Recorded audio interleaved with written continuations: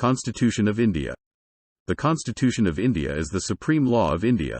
The document lays down the framework that demarcates fundamental political code, structure, procedures, powers, and duties of government institutions and sets out fundamental rights, directive principles, and the duties of citizens. It is the longest written national constitution in the world. It imparts constitutional supremacy and was adopted by its people with a declaration in its preamble. Parliament cannot override the Constitution. It was adopted by the Constituent Assembly of India on 26 November 1949 and became effective on 26 January 1950. The Constitution replaced the Government of India Act 1935 as the country's fundamental governing document, and the Dominion of India became the Republic of India. To ensure constitutional autochthony, its framers repealed prior acts of the British Parliament in Article 395. India celebrates its constitution on 26 January as Republic Day. The Constitution declares India a sovereign, socialist, secular, and democratic republic, assures its citizens justice, equality, and liberty, and endeavors to promote fraternity. The original 1950 Constitution is preserved in a nitrogen-filled case at the Parliament House in New Delhi. The words secular and socialist were added to the preamble by 42nd Amendment Act in 1976 during the emergency. Background. In 1928, the All Parties Conference convened a committee in Lucknow to prepare the Constitution of India, which was known as the Nehru Report. Most of the colonial India was under British rule from 1857 to 1947. From 1947 to 1950, the same legislation continued to be implemented as India was a dominion of Britain for these 3 years, as each princely state was convinced by Sardar Patel and V.P. Menon to sign the Articles of Integration with India, and the British government continued to be responsible for the external security of the country. Thus, the Constitution of India repealed the Indian Independence Act 1947 and Government of India Act 1935 when it became effective on 26 January 1950. India ceased to be a dominion of the British Crown and became a sovereign, democratic and republic with the Constitution. Articles 5, 6, 7, 8, 9, 60, 324, 366, 367, 379, 380, 388, 391, 392, 393, and 394 of the Constitution came into force on 26 November 1949, and the remaining articles became effective on 26 January 1950. Previous legislation. The Constitution was drawn from a number of sources.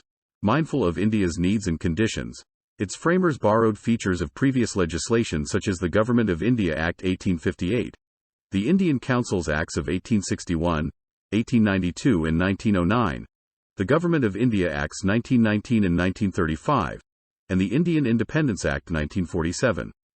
The latter, which led to the creation of India and Pakistan, divided the former Constituent Assembly in two. The Amendment Act of 1935 is also a very important step for making the constitution for two newborn countries. Each new assembly had sovereign power to draft and enact a new constitution for the separate states. Constituent Assembly. The Constitution was drafted by the Constituent Assembly, which was elected by elected members of the provincial assemblies.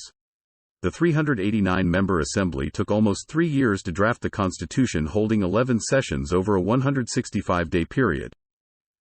Having studied the constitutions of about 60 countries, Ambedkar was considered a wise constitutional expert. Ambedkar is recognized as the father of the Constitution of India. In the Constitution Assembly, a member of the drafting committee, T.T. Krishnamachari said, "Mr. President, sir, I am one of those in the House who have listened to Dr. Ambedkar very carefully. I am aware of the amount of work and enthusiasm that he has brought to bear on the work of drafting this Constitution. At the same time, I do realize that that amount of attention that was necessary for the purpose of drafting a constitution so important to us at this moment has not been given to it by the drafting committee. The House is perhaps aware that of the 7 members nominated by you, 1 had resigned from the House and was replaced. 1 died and was not replaced. 1 was away in America and his place was not filled up, and another person was engaged in state affairs, and there was a void to that extent. 1 or 2 people were far away from Delhi and perhaps reasons of health did not permit them to attend. So it happened ultimately that the burden of drafting this constitution fell on Dr. Ambedkar, and I have no doubt that we are grateful to him for having achieved this task in a manner which is undoubtedly commendable. Timeline of formation of the Constitution of India. The 6th of December 1946. Formation of the Constitution Assembly. The 9th of December 1946. The first meeting was held in the Constitution Hall. The first person to address was J.B. Kripalani. Sachidananda Sinha became temporary president. The 11th of December 1946. The Assembly appointed Rajendra Prasad as its president, H.C. Mukherjee as its vice chairman, and B.N. Rao as constitutional legal advisor. The 13th of December 1946. An objective resolution was presented by Jawaharlal Nehru, laying down the underlying principles of the Constitution. This later became the preamble of the Constitution. The 22nd of January 1947. Objective resolution unanimously adopted. The 22nd of July 1947. National flag adopted. The 15th of August 1947.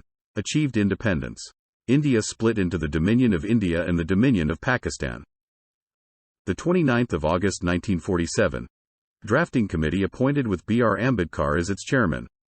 The other 6 members of committee were Munshi, Muhammad Sadullah, Aladi Krishnaswamy Iyer, N. Gopalaswamy Iyengar, Khaitan and Mitter. The 16th of July 1948. Along with Harendra Kumar Mukherjee, V.T. Krishnamachari was also elected as second vice president of Constituent Assembly. The 26th of November 1949.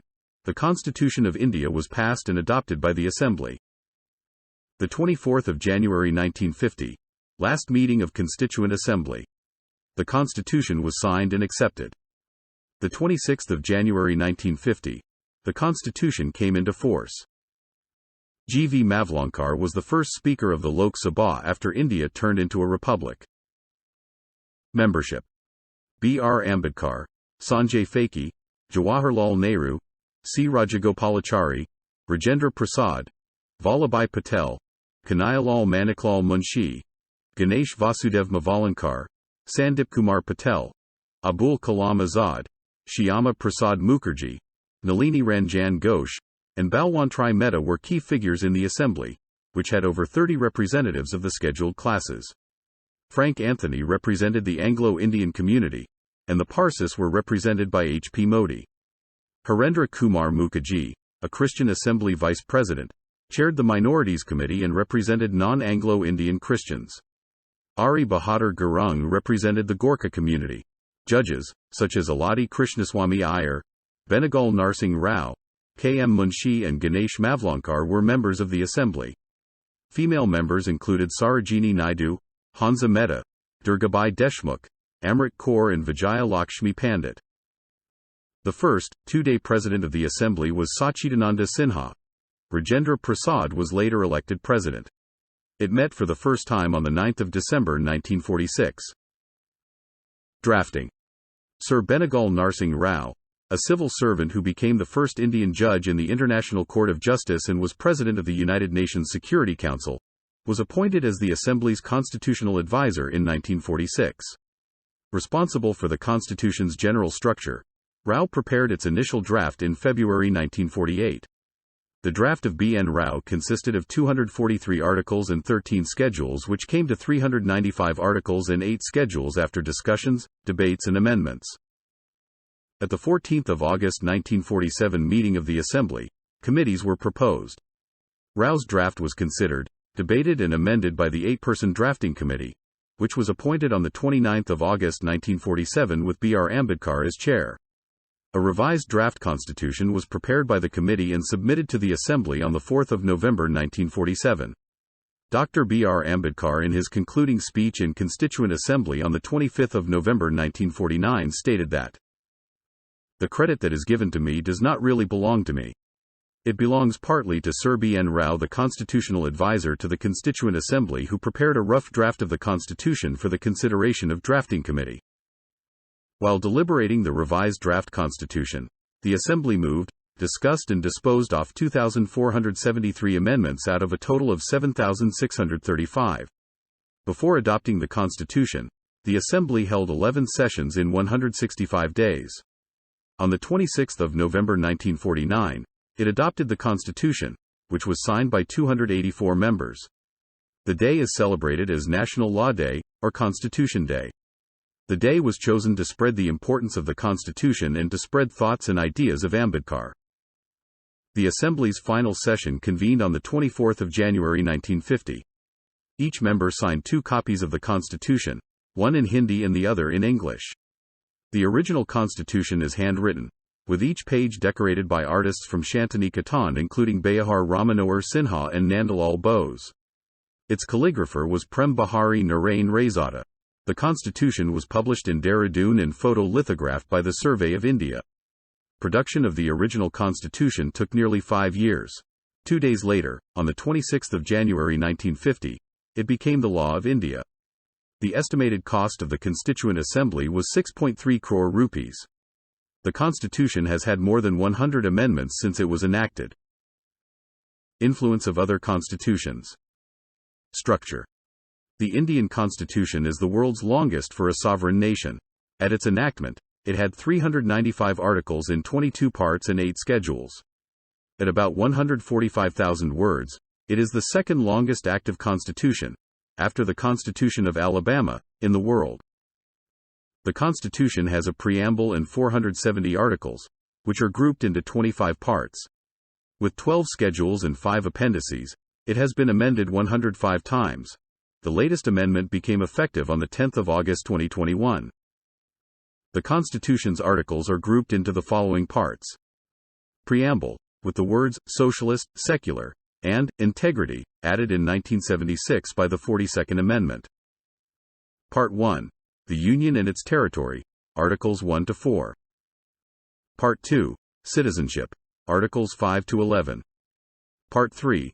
Fundamental rights, Articles 12 to 35. Part 4. Directive principles of state policy, Articles 36 to 51. Part EVA, Fundamental duties, Article 51A. Part 5. The Union, Articles 52 to 151. Part 6. The States, Articles 152 to 237. Part 7. States in the B part of the first schedule, Article 238. Part 8. Union territories, Articles 239 to 242. Part 9. Panchayats, Articles 243 to 243. Part IXA. Municipalities, Articles 243 to 243. Part IXB. Cooperative societies, Articles 243 to 243. Part 10. Scheduled and tribal areas, Articles 244 to 244A. Part 11.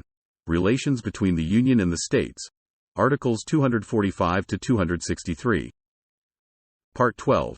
Finance, Property, Contracts and Suits, Articles 264 to 300A. Part 13. Trade and Commerce within India, Articles 301 to 307. Part 14. Services under the Union and States, Articles 308 to 323. Part XIVA. Tribunals, Articles 323A to 323B. Part 15. Elections, Articles 324 to 329A. Part 16. Special provisions relating to certain classes, Articles 330 to 342. Part 17. Languages, Articles 343 to 351. Part 18. Emergency provisions, Articles 352 to 360. Part 19. Miscellaneous, Articles 361 to 367. Part 20. Amendment of the Constitution, Articles 368. Part 21. Temporary, Transitional and Special Provisions, Articles 369 to 392. Part 22. Short title, date of commencement, authoritative text in Hindi and repeals, Articles 393 to 395. Schedules. Schedules are lists in the Constitution which categorize and tabulate bureaucratic activity and government policy.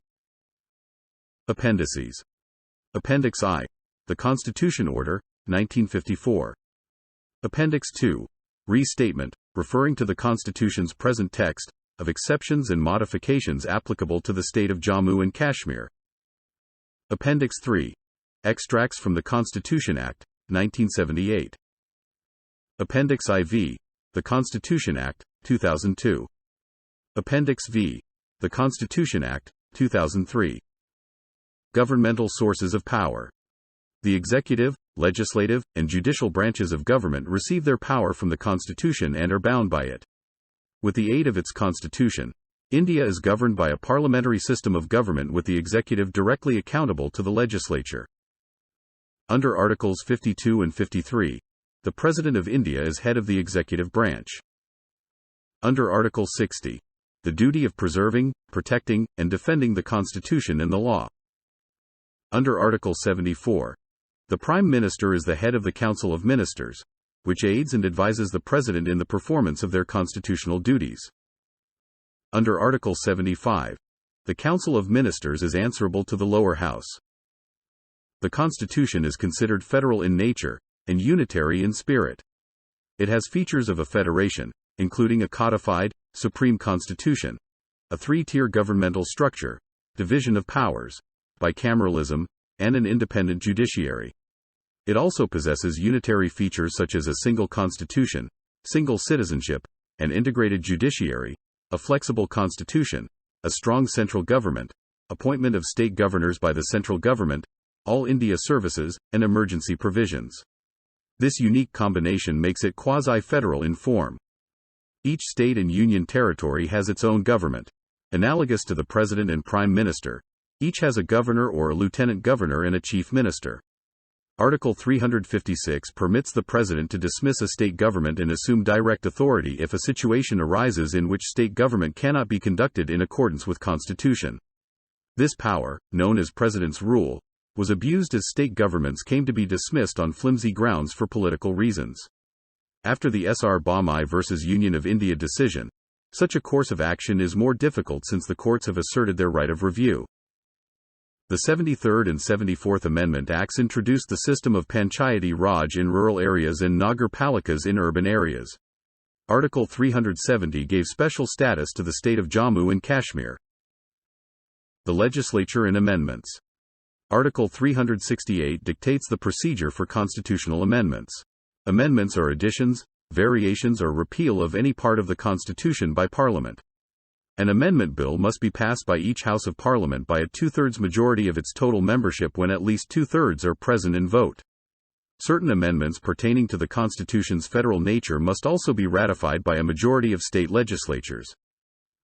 Unlike ordinary bills in accordance with Article 245, there is no provision for a joint session of the Lok Sabha and Rajya Sabha to pass a constitutional amendment. During a parliamentary recess, the President cannot promulgate ordinances under his legislative powers under Article 123, Chapter 3. Despite the supermajority requirement for amendments to pass, the Indian Constitution is the world's most frequently amended national governing document. The Constitution is so specific in spelling out government powers that many amendments address issues dealt with by statute in other democracies. In 2000, the Justice Manapalli Narayana Rao Venkatachalya Commission was formed to examine a constitutional update. The commission submitted its report on 31 March 2002. However, the recommendations of this report have not been accepted by the consecutive governments. The Government of India establishes term-based law commissions to recommend legal reforms, facilitating the rule of law. Limitations. In Kesavananda Bharati v. State of Kerala, the Supreme Court ruled that an amendment cannot destroy what it seeks to modify. It cannot tinker with the Constitution's basic structure or framework, which are immutable. Such an amendment will be declared invalid, although no part of the Constitution is protected from amendment. The basic structure doctrine does not protect any one provision of the Constitution. According to the doctrine, the Constitution's basic features cannot be abridged or abolished. These basic features have not been fully defined, and whether a particular provision of the Constitution as a basic feature is decided by the courts. The Kesavananda Bharati v. State of Kerala decision laid down the Constitution's basic structure. Supremacy of the Constitution. Republican, democratic form of government. Its secular nature. Separation of powers. Its federal character. This implies that Parliament can only amend the Constitution to the limit of its basic structure. The Supreme Court or a High Court may declare the amendment null and void if this is violated, after a judicial review. This is typical of parliamentary governments, where the judiciary checks parliamentary power. In its 1967 Gulak Nath v. State of Punjab decision, the Supreme Court ruled that the state of Punjab could not restrict any fundamental rights protected by the Basic Structure Doctrine. The extent of land ownership and practice of a profession, in this case, were considered fundamental rights. The ruling was overturned with the ratification of the 24th Amendment in 1971. The Judiciary. The judiciary is the final arbiter of the Constitution. Its duty is to act as a watchdog, preventing any legislative or executive act from overstepping constitutional bounds. The judiciary protects the fundamental rights of the people from infringement by any state body, and balances the conflicting exercise of power between the central government and a state. The courts are expected to remain unaffected by pressure exerted by other branches of the state, citizens or interest groups. An independent judiciary has been held as a basic feature of the Constitution, which cannot be changed by the legislature or the executive. Article 50 of the Constitution provides that the state must take measures to separate the judiciary from the executive in the public services. Judicial review. Judicial review was adopted by the Constitution of India from judicial review in the United States. In the Indian Constitution, judicial review is dealt with in Article 13. The Constitution is the supreme power of the nation, and governs all laws. According to Article 13, all pre-constitutional laws, if they conflict wholly or in part with the Constitution, shall have all conflicting provisions deemed ineffective until an amendment to the Constitution ends the conflict. The law will again come into force if it is compatible with the Constitution as amended. Laws made after the adoption of the Constitution must be compatible with it, or they will be deemed void ab initio. In such situations, the Supreme Court determines if a law is in conformity with the Constitution. If such an interpretation is not possible because of inconsistency, the provision which is inconsistent with the Constitution is considered void. In addition to Article 13, Articles 32, 226 and 227 provide the constitutional basis for judicial review. Due to the adoption of the 38th Amendment, the Supreme Court was not allowed to preside over any laws adopted during a state of emergency which infringe fundamental rights under Article 32. The 42nd Amendment widened Article 31C and added Articles 368 and 368, stating that any law passed by Parliament could not be challenged in court. The Supreme Court ruled in Minerva Mills v. Union of India that judicial review is a basic characteristic of the Constitution, overturning Articles 368, 368 and 31C. The Executive. Chapter 1 of the Constitution of India creates a parliamentary system, with a Prime Minister who, in practice, exercises most executive power.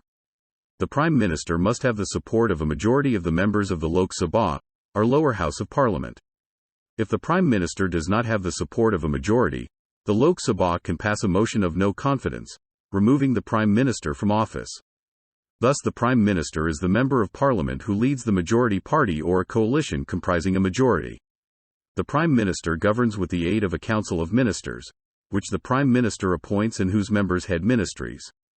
Importantly, Article 75 establishes that the Council of Ministers shall be collectively responsible to the House of the People, or Lok Sabha. The Lok Sabha interprets this article to mean that the entire Council of Ministers can be subjected to a no-confidence motion. If a no-confidence motion succeeds, the entire Council of Ministers must resign. Despite the Prime Minister exercising executive power in practice, the Constitution bestows all the national government's executive power in the office of the President. This de jure power is not exercised in reality, however. Article 74 requires the President follow the aid and advice of the Council, headed by the Prime Minister. In practice, this means that President's role is mostly ceremonial, with the Prime Minister exercising executive power because the President is obligated to act on the Prime Minister's wishes. The President does retain the power to ask the Council to reconsider its advice, however, an action the President may take publicly. The Council is not required to make any changes before resubmitting the advice to the President, in which case the President is constitutionally required to adhere to it, overriding the President's discretion. Previous presidents have used this occasion to make public statements about their reasoning for sending a decision back to the council, in an attempt to sway public opinion. This system, with an executive who only possesses nominal power and an official advisor, who possess actual power, is based on the British system and is a result of colonial influences on India before and during the writing of its constitution. The president is chosen by an electoral college composed of the members of both the national and state legislatures. Article 55 outlines the specifics of the electoral college. Half of the votes in the electoral college are assigned to state representatives in proportion to the population of each state, and the other half are assigned to the national representatives. The voting is conducted using a secret, single transferable vote. While the Constitution gives the legislative powers to the two houses of Parliament, Article 111 requires the President's signature for a bill to become law. Just as with the advice of the Council, the President can refuse to sign and send it back to the Parliament, but the Parliament can in turn send it back to the President, who must then sign it. Dismissal of the Prime Minister. Despite the President's mandate to obey the advice of the Prime Minister and the Council, Article 75 declares that both shall hold office during the pleasure of the President. This means the President has the constitutional power to dismiss the Prime Minister or Council at any time. If the Prime Minister still retained a majority vote in the Lok Sabha, however, this could trigger a constitutional crisis because the same article of the Constitution states that the Council of Ministers is responsible to the Lok Sabha and must command a majority in it. In practice, the issue has never arisen, though President Zail Singh threatened to remove Prime Minister Rajiv Gandhi from office in 1987. Presidential power to legislate. When either or both houses of Parliament are not in session, the Prime Minister, acting via the President, can unilaterally exercise the legislative power, creating ordinances that have the force of law. These ordinances expire 6 weeks after Parliament reconvenes or sooner if both houses disapprove. The Constitution declares that ordinances should only be issued when circumstances arise that require immediate action. Because this term is not defined, governments have begun abusing the ordinance system to enact laws that could not pass both houses of Parliament, according to some commentators. This appears to be more common with divided government. When the Prime Minister's party controls the lower house but not the upper house, ordinances can be used to avoid needing the approval of the opposition in the upper house. In recent years, around 10 ordinances have been passed annually, though at the peak of their use, over 30 were passed in a single year. Ordinances can vary widely on their topic. Recent examples of ordinances include items as varied as modifications to landowner rights, emergency responses to the COVID-19 pandemic, and changes to banking regulations. Federalism. The first article of the Constitution declares that India is a union of states. Under the Constitution, the states retain key powers for themselves and have a strong influence over the national government via the Rajya Sabha. However, the Constitution does provide key limits on their powers and gives final say in many cases to the national government. State powers in the Constitution. Rajya Sabha. At the union level, the states are represented in the Rajya Sabha or Council of States. The fourth schedule of the Constitution lays out the number of seats that each state controls in the Council of States, and they are based roughly on each state's population. The members of each state legislature elect and appoint these representatives in the Council of States. On most topics, the Rajya Sabha is co-equal with the lower house or Lok Sabha, and its consent is required for a bill to become a law. Additionally, as one of the houses of Parliament, any amendment to the Constitution requires a 2/3 majority in the Rajya Sabha to go into effect. These provisions allow the states significant impact on national politics through their representation in the federal chamber. State list. The Constitution provides the states with a long list of powers exclusive to their jurisdiction. Generally, only state legislatures are capable of passing laws implementing these powers. The union government is prohibited from doing so.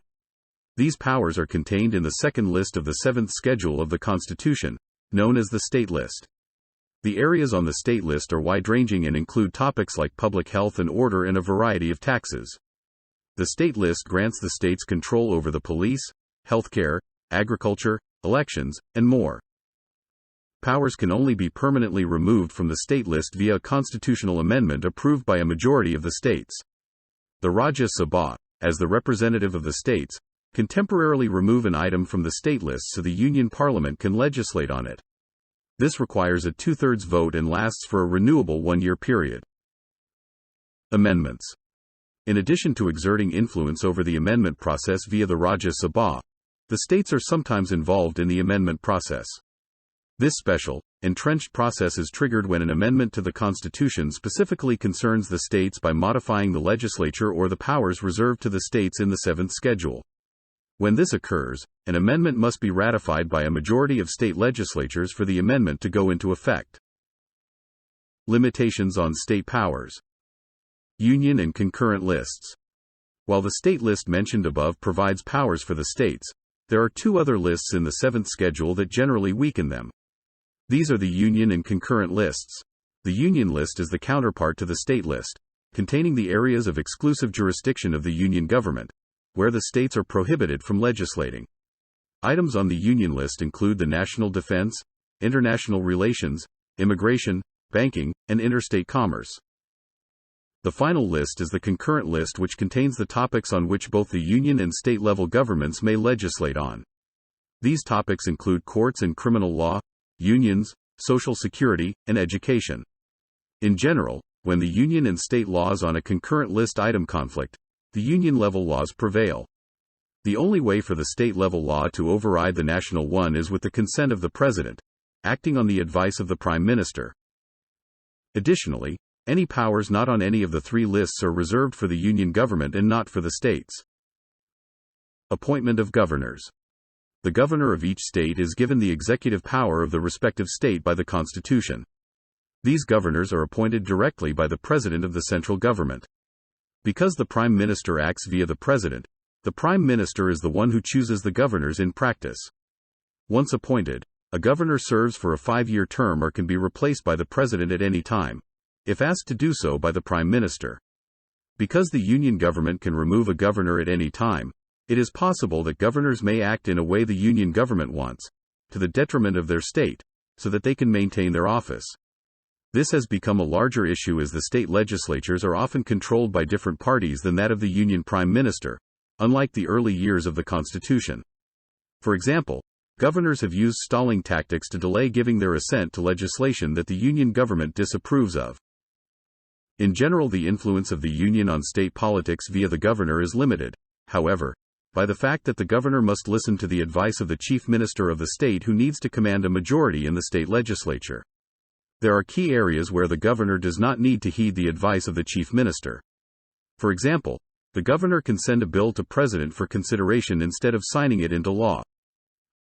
Creation of states. Perhaps the most direct power over the states is the union's ability to unilaterally create new states out of territories or existing states and to modify and diminish the boundaries of existing states. To do so, Parliament must pass a simple law with no supermajority requirements. The states involved do not have a say on the outcome, but the state legislature must be asked to comment.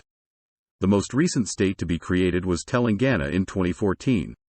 More recently, Ladakh was created as a new union territory after being split off from Jammu and Kashmir in 2019, and Daman and Diu and Dadra and Nagar Haveli were combined into a single union territory in 2020. The former was particularly controversial. Jammu and Kashmir was a full state, and the legislation creating Ladakh stripped the area of its status as a state and downgraded it to a union territory, allowing the union government to directly control it. This required no input from Jammu and Kashmir. Federalism and the courts. While the states have separate legislative and executive branches, they share the judiciary with the union government. This is different from other federal court systems, such as the United States, where state courts mainly apply state law and federal courts mainly apply federal law. Under the Indian Constitution, the high courts of the states are directly constituted by the national constitution. The Constitution also allows states to set up lower courts under and controlled by the state's high court. Cases heard at or appealed to the high courts can be further appealed to the Supreme Court of India in some cases. All cases, whether dealing with federal or state laws, move up the same judicial hierarchy, creating a system sometimes termed integrated federalism. International law. The Constitution includes treaty making as part of the executive power given to the President. Because the President must act in accordance with the advice of the Council of Ministers, the Prime Minister is the chief party responsible for making international treaties in the Constitution. Because the legislative power rests with Parliament, the President's signature on an international agreement does not bring it into effect domestically or enable courts to enforce its provisions. Article 253 of the Constitution bestows this power on Parliament, enabling it to make laws necessary for implementing international agreements and treaties. These provisions indicate that the Constitution of India is dualist, that is, treaty law only takes effect when a domestic law passed using the normal processes incorporates it into domestic law. Recent Supreme Court decisions have begun to change this convention, incorporating aspects of international law without enabling legislation from Parliament. For example, in Gramophone Company of India Limited, v. Birendra Bahadur Pandey, the court held that the rules of international law are incorporated into national law and considered to be part of the national law, unless they are in conflict with an act of Parliament. In essence, this implies that international law applies domestically unless Parliament says it does not. This decision moves the Indian constitution to a more hybrid regime, but not to a fully monist one. Flexibility. According to Granville Austin, the Indian constitution is first and foremost a social document, and is aided by its parts 3 and IV acting together, as its chief instruments and its conscience, in realizing the goals set by it for all the people. The Constitution has deliberately been worded in generalities to ensure its flexibility. John Marshall, the fourth Chief Justice of the United States, said that a constitution's great outlines should be marked, its important objects designated, and the minor ingredients which compose those objects be deduced from the nature of the objects themselves. A document, intended to endure for ages to come, it must be interpreted not only based on the intention and understanding of its framers, but in the existing social and political context. The right to life, guaranteed under Article 21, has been expanded to include a number of human rights, including the right to a speedy trial, the right to water, the right to earn a livelihood, the right to health, and the right to education. At the conclusion of his book, Making of India's Constitution, retired Supreme Court Justice Hans Raj Khanna wrote, "If the Indian Constitution is our heritage bequeathed to us by our founding fathers, no less are we, the people of India, the trustees and custodians of the values which pulsate within its provisions. A constitution is not a parchment of paper, it is a way of life and has to be lived up to. Eternal vigilance is the price of liberty, and in the final analysis, its only keepers are the people."